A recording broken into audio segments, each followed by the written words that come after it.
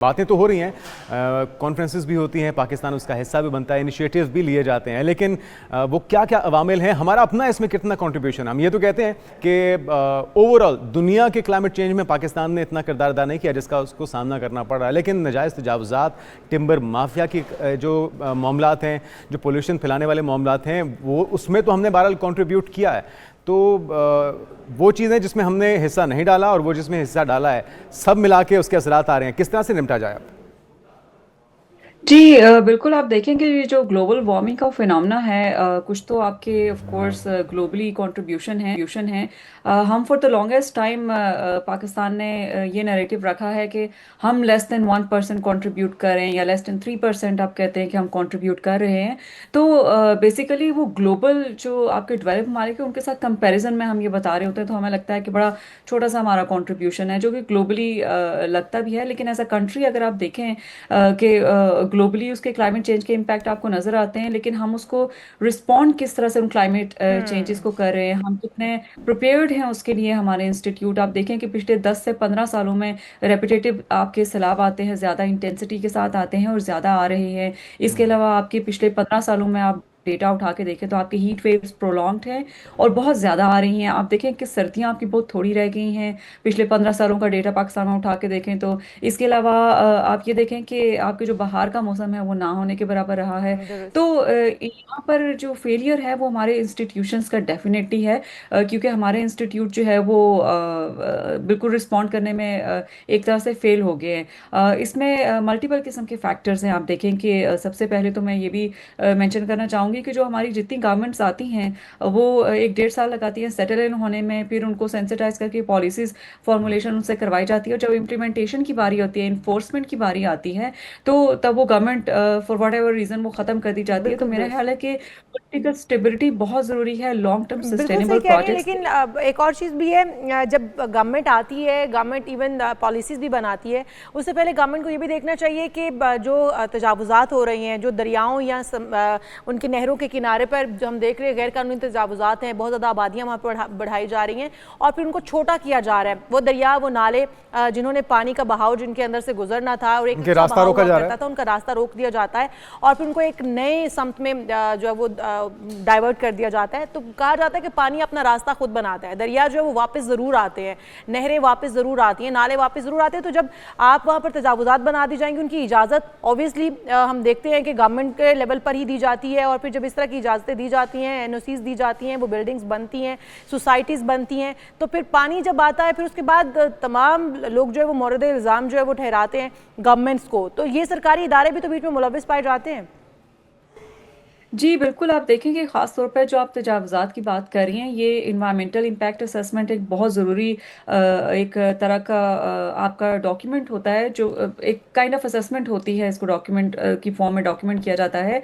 ये एक रिक्वायरमेंट होती है किसी भी डेवलपमेंट प्रोजेक्ट्स के लिए, चाहे वो आप हाईवेज बना रहे हैं, रोड्स बना रहे हैं, चाहे आप कोई मॉल कंस्ट्रक्ट कर रहे हैं, हाउसिंग सोसाइटीज़ बना रहे हैं, आप होटल्स बना रहे हैं, हॉस्पिटैलिटी सेक्टर, कोई भी कंस्ट्रक्शन आप ले लें, तो उसमें इन्वायरमेंटल इम्पैक्ट असेसमेंट होती है। अनफॉर्चुनेटली जो पाकिस्तानी इदारे हैं, हमारे मुतलका इदारे हैं जो इसको अप्रूव करते हैं, वो कभी भी जाके मेरा नहीं ख्याल कि वो चेक एंड बैलेंस करते हैं कि उसको इम्प्लीमेंट किया गया है नहीं, क्योंकि उसमें इन्वायरमेंट एक बहुत इंपॉर्टेंट फैक्टर जी। होता है कि आप कितना इन्वायरमेंट तबाह करेंगे और उसकी बहाली के लिए आप क्या तो इकदाम मरियम साहब, करेंगे, आपका अभी अभी जो सूरत हाल पाकिस्तान को दरपेश है, ये रातों रात तो नहीं हुई, इसके ऊपर काफ़ी साल लगे हैं और अब हम उसका शिद्दत से सामना कर रहे हैं। करना क्या होगा, किस तरह से अब इसको ठीक किया जाए, कितना वक्त लगेगा, किन किन शोबों में क्या क्या इकदाम होने चाहिए?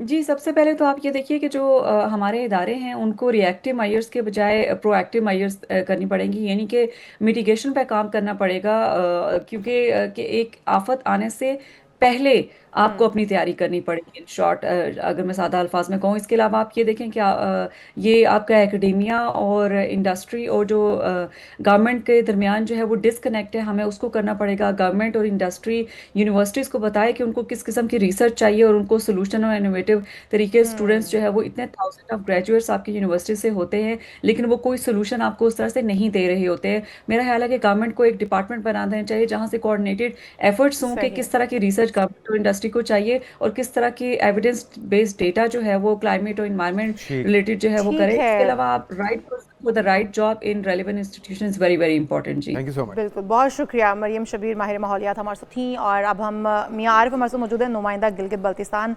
उनसे जानते हैं मियां आरिफ, क्या सूरत हाल है गिलगित बल्तिस्तान के इस वक्त, और जो लोग बह गए थे 15 लोगों के लिए अभी भी ऑपरेशन जारी था, कब तक ये ऑपरेशन जारी रखा जाएगा, और क्या रात के वक्त भी ये ऑपरेशन जारी रहता है, और अब तक कोई सुराग लग सका?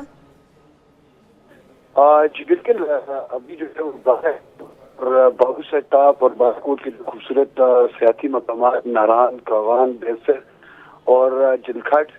और अगर हम बात करें गिलगित बल्तिस्तान की, तो गिलगित बल्तिस्तान में जो आने वाला सैलाब था उसका ऑपरेशन जो है वो पाक आर्मी और 1122 तमाम जितने भी इदारे हैं वो हाईलाइट कर दिए गए हैं और ऑपरेशन जो है वो जारी रहता है। लेकिन ताहम रात में एक लाश जो है वो 1122 का रेस्क्यू उससे बात हुई है, तो एक का जो लाश थी वो मिली है। लेकिन ऑपरेशन जो है वो करना काफी मुश्किल होता है, और शादी सूरत और बारिश वक्फे के साथ जो है वो बारिश का सिलसिला बारिश ताहाल भी जारी है, लेकिन मवासलाती निज़ाम भी हम देख रहे थे दरम भरम हो चुका था, इंटरनेट की बंदिश थी वहाँ पर, लोग जो है वो एक दूसरे से राब्ता नहीं कर पा रहे थे, तो क्या वो बहाल हो चुके? जी अभी तक तो बहाल नहीं हुआ। बहुत ज्यादा जो है वो नेटवर्क ना होने की वजह से मसाइल जो है वो बहुत ज्यादा हैं, और चूंकि जो बालाकोट से आगे जो बाबू सट्टाप है, बाबू सट्टाप जिलखट के मकाम पर भी सड़क जो है वो बंद हुई थी। 400 से ज्यादा जो सयाह वो फंसे हुए थे, उनको भी पाक आर्मी हेलीकॉप्टर के जरिए जो है उनको मेडिसिन भी दी गई और उनको जो है मुतबादिल रास्ते से आरिफ, निकाला गया। क्या ट्रैक अब तक टूटा हुआ है, और कितने किलोमीटर का ट्रैक टूट चुका है, तबाह हो चुका है? इसे बहाल होने में कितना वक्त लगेगा मजीद? जी देखिए, जिस तरह तो सूरत हाल है बारिश की, अगर बारिश की हम बात करें तो बारिश वक्फे के साथ जारी, और रेला जो है वो सैलाबी रेले हैं वो आ रहे हैं, और जो ऑपरेशन करने में काफी जो है वो मुश्किलात का सामना करना पड़ रहा है। अगर हम बात करें जो हमारी यहाँ के इंतजामिया है उनसे बात होती है, तो उनका यही कहना है कि हम ऑपरेशन दिन हो या रात हो, हम तो ऑपरेशन कर रहे हैं, लेकिन जैसे ही ऑपरेशन शुरू करते हैं तो बारिशों का सिलसिला जो है एक बार फिर मानसून का स्पेल जो है वो स्टार्ट हो जाता है, जिससे ऑपरेशन जो है वो करने में भी काफी मुश्किलात का सामना है। और 8 किलोमीटर से ज्यादा जो सड़क है वो टूट चुकी है, और स्याह जो है वहाँ पे जो फंसे हुए थे उनको मुतबादिल रास्तों से निकालने की कोशिश तो की जा रही है। ठीक जी ठीक है, मियां आरिफ हमारे साथ ही रहिएगा। तफसीलात आपसे जानते रहेंगे। बहुत शुक्रिया। Doctor Salar Ali, head of department university of environmental sciences, हमारे साथ मौजूद हैं। आपको वेलकम कहेंगे डॉक्टर साहब। ये जो गिलगित बल्तिस्तान का इलाका है या नारान कागान से आके तमाम बेल्ट है, इसके ऊपर बहुत ज़्यादा प्रेशर होता है, बहुत बड़ी तादाद में मुल्की गैर मुल्की सयाह हर साल यहाँ पर विज़िट करते हैं। ये जो अचानक इस बार हुआ है, क्लाउड ब्रस्ट का होना, फ्लैश फ्लडिंग का होना, क्या मुहरकात हैं इसके? एक तो हम सुनते आ रहे हैं कि जो तजावज़ात हैं दरियाओं के, नदी नालों के किनारे पे बनाई गई हैं, एक बड़ी वजह ये बताई जाती है। टिम्बर माफिया का कितना बड़ा रीज़न है इस मामले के अंदर अपना कंट्रीब्यूट किया है उसने, और अब किस तरह से इससे निपटा जाए? Thank you sir. Gilgit Baltistan lies in सर सेस्मो टेक्टोनिक जोन। यहाँ पे गिलगित बल्तिस्तान एक ऐसा खित्ता है जो वर्नरेबल रीजन कहलाता है, और जिस तरह अभी बात हो रही थी लेस देन 2% जो है इमिशंस है, फिर भी जो है गिलगित जो जीबी रीजन है वो ज़्यादा सेंसिटिव रीजन कहलाता है।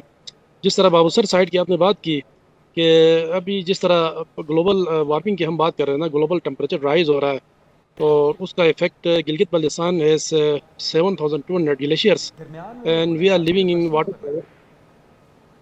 बिल्कुल सही है। अच्छा डॉक्टर सालार, ये भी बताएगा, क्योंकि क्लाउड बर्स्ट की बात होती है तो ये इसके पीछे क्या मुहरकात हो सकते हैं, और जब क्लाउड बर्स्ट होता है कितनी बारिश जो है वो कितने टाइम के अंदर हो जाती है, कि उससे निपटने के लिए क्या कोई इकदाम हो सकते हैं, या फिर इसकी फोरकास्ट पहले से हो सकती है, और इसके पीछे क्या मुहरकात हैं?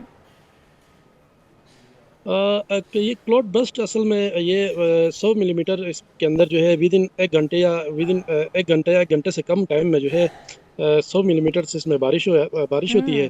और क्लाउड बर्स्ट के बाद क्योंकि हमारा टेरेन भी ऐसा है, रफ टेरेन है, तो उसके रफ टेरेन की वजह से क्लाउड बर्स्ट होने के फ़ौरन बाद ही फ्लैश फ्लड आ जाता है।